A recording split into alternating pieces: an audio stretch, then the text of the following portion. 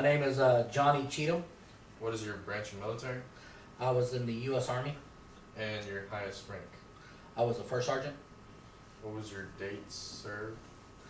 I joined the military 28 November 1989 and retired 31 July 2012. What were your tours and deployments? I deployed several times, but my last deployment was to Iraqi Freedom, which was October 2006 to January 2008. What did you receive any awards or honors? I received a Meritorious Service Ribbon and 2 Army Commendation Medals. Who was your boss? Our boss was Timothy Colonel Twitty. And what platoon were you in? I was with the 27th BSB 1st Cavalry Division. When you were in Iraq, what did you carry during battle? On most occasions, or anytime we went on a convoy, I had my primary weapon was the M4, which is equivalent to an M16. Then I had a 9mm at my hip. I carried, I'm a nurse, so I carried like a surgical bag. And also the plates and the weapon, as you were, the ammo and everything that we carried. Everything was about 300 pounds. And in the battlefield, can you describe it?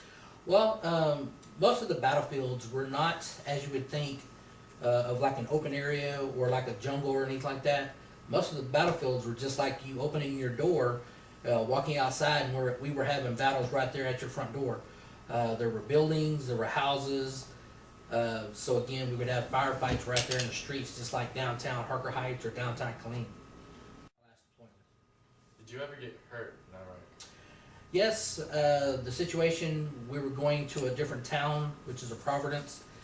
We were the 4th vehicle in the convoy, and we drove over a IED, a explosive device. It lifted up our vehicle that I was in, which is a Humvee, and we did a nosedive into a ditch, which was about a 4-foot ditch. We were not able to get out of the ditch. When I came to, I was underneath the passenger's seat. When I came to, I grabbed my weapon. I popped open the back hatch of the vehicle.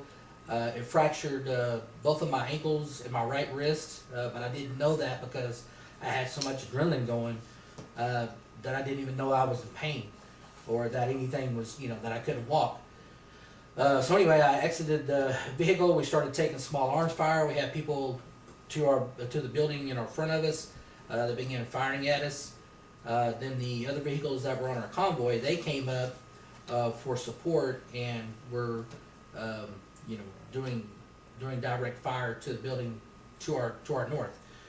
Unfortunately, our gunner, the 5th person or the occupant that was in the vehicle, he died on impact. It fractured his neck. It broke his neck.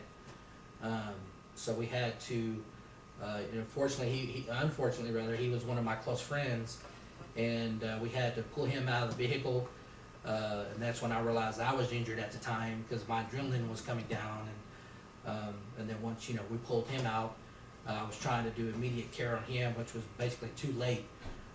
He passed away, right there in front of me. What kind of uncivil things were there in Iraq? The most or the worst thing that I've seen several, but the worst I've seen was we had our interpreter. His family was kidnapped. His mother, father, and 2 siblings had a brother and sister.